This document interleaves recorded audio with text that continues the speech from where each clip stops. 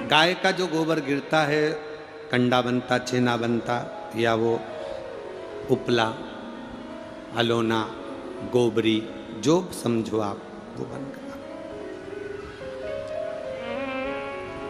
पितरों को घी में गुड़ मिलाकर, शक्कर मिलाकर धूप देते हैं। वो धूप का प्रारंभ कहां से हुआ वो समझना।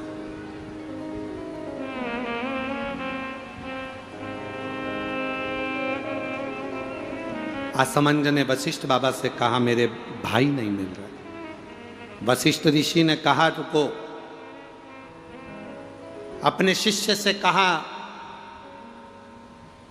नंदनी गाय का जो गोबर का कंडा बना है, छेना बना है, उसको लेकर आ। अलोना, गोबरी, उसको लाओ। कंडे को लाया गया।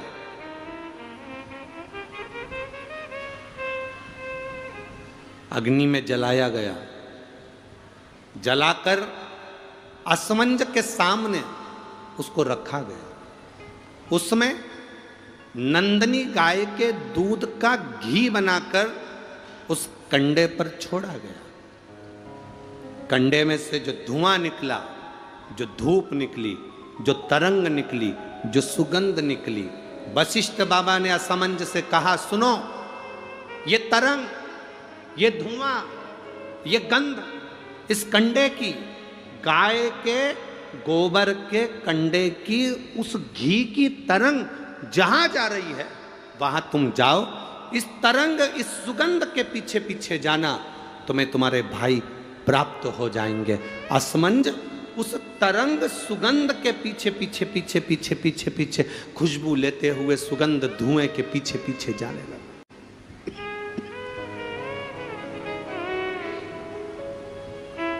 जाते जाते जाते जाते कपिल मुनि के आश्रम में असमंज पहुंच गए। सुगंध, जो कंडे पर धूप दी थी, घी छोड़ा था, नंदनी गाय का जो घृत छोड़ा गया था, उसकी गंध से कपिल मुनि के आश्रम में राजा रुक गए। असमंज उस गंध को वहीं पर जानकर उन्होंने देखा, यहां पर जरूर मिलेंगे। तब कपिल मुनि मिले और कपिल मुनि से मालूम पड़ा कि मेरे 60,000 भाइयों ने कपिल मुनि पर घोड़े के चोरी का, अश्व की चोरी का इल्जाम लगाया था। अश्वमेध यज्ञ के अश्व की चोरी का इल्जाम लगाया था। इसलिए ये 60,000 कपिल मुनि के आश्रम में जलकर भस्म हो गए। 60,000 राख के ढेर बन गए। असमंज ने कपिल मुनि के हाथ जोड़ लिए, गुरुवर, मैं आपको नमन करता हूँ, मेरे भाइयों से गलती हो गई, आप पर चोरी का इल्जाम लगा दिया। निवेदन केवल इतना है कि अब मेरे भाइयों का कल्याण कैसे होगा। ये मेरे 60,000 जो भाई मरे हैं, इनकी मुक्ति कैसे होगी, इनका मोक्ष कैसे होगा।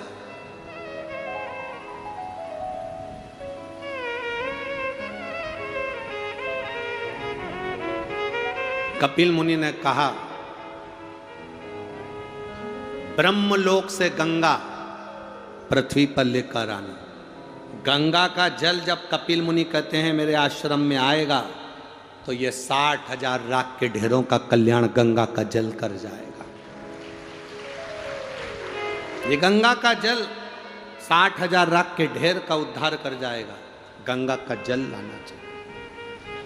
असमंज, गंगा जी लाने में समय लगेगा, पहले तुम तुम्हारा घोड़ा लेकर जाओ, अश्व लेकर जाओ, और तुम्हारे पिता सगर से अश्वमेध यज्ञ की पूर्णाहुति करवाओ, उसके बाद में गंगा लाना। अश्व लेकर असमंज चले, पर असमंज घर नहीं गए, वशिष्ठ बाबा के घर पर पहुंच गए। वशिष्ठ ऋषि के यहाँ जाकर असमंज ने हाथ जोड़कर कहा, गुरुदेव, तुमने जो कंडे पर घी छोड़ा था, गाय का जो घी छोड़ा था, उसकी जो गंध उठी थी, वो गंध ने मुझे अपने भाइयों से मिलवा दिया। आपसे एक निवेदन है गुरुदेव। गुरुजी बोले, वशिष्ठ बाबा बोले, बोलो असमंज क्या चाहते हो। असमंज ने कहा, गुरुवर, एक आशीर्वाद संसार के लोगों के लिए दे दीजिए कि गाय के गोबर के कंडे पर, गाय के गोबर के छेना पर, अलोनी पर, इस कंडे पर जो घृत गाय का घी छोड़ेगा या गुड़ शक्कर उस पर छोड़ेगा, उसकी गंध उसके पितरों को तृप्त कर दे और पितरों का आशीर्वाद उसके घर पर मिल जाए। ये मुझे वर दीजिए, ये मुझे वर प्रदान करिए। आप लोगों में से कितने लोग हैं जिनके घर में कंडा जलाकर धूप दी जाती है? हाथ हिलाओ जरा। सभी लोग हैं, बहुत सारे। ठीक है, रखिए रखिए रखिए, जरूरी है।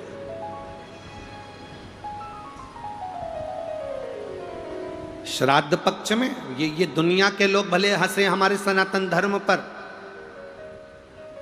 दुनिया के लोग भले हमारे सनातन धर्म पर उंगली उठाएं कि कंडा जलाकर धूप छोड़ने से क्या पूर्वजों को मिल जाती है, घी शक्कर छोड़ने से क्या हमारे पूर्वजों को प्राप्त हो जाती है। दुनिया के लोग कितना भी हंसें, दुनिया के लोगों को ये ज्ञान होना चाहिए कि गाय के घी में, गाय के कंडे में जब अग्नि तपती है और गाय का घी जब कंडे पर डलता है तो हमारे पूर्वजों को वो तरंग प्राप्त होकर हमें वर प्राप्त होता है और हमारे जीवन का कल्याण होता है, हमारे जीवन का सुख प्राप्त होता है।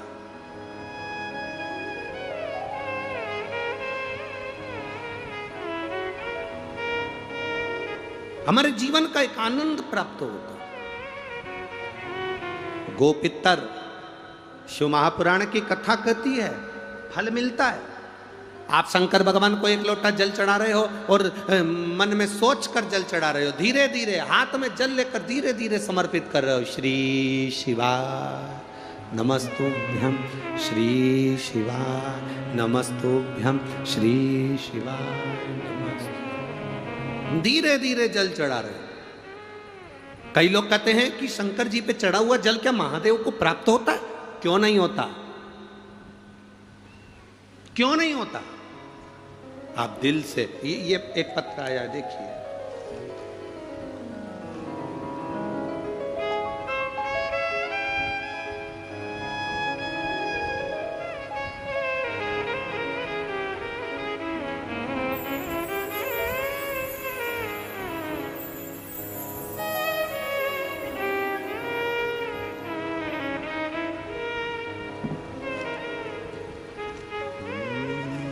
शंभो शरण पड़ी मांगो घड़ी रे घड़ी, दुख काटो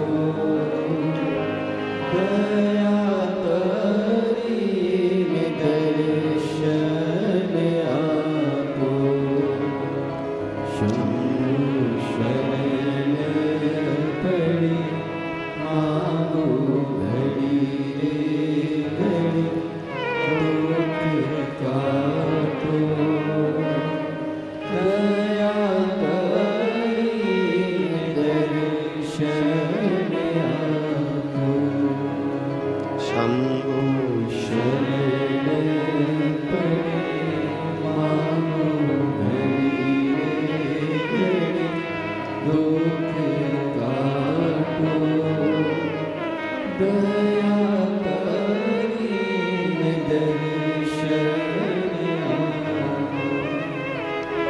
मैं मणिंद्र जय साहू, जिला धमतरी का निवासी हूँ। मेरा एक छोटा सा परिवार है, कहीं बैठे हों तो हाथ हिला सकते हैं। मणिंद्र जय साहू, कहीं बैठे हों तो अपना हाथ हिला सकते हैं। जिस जगह भी बैठे हों खड़े होकर अपना हाथ हिला सकते हैं।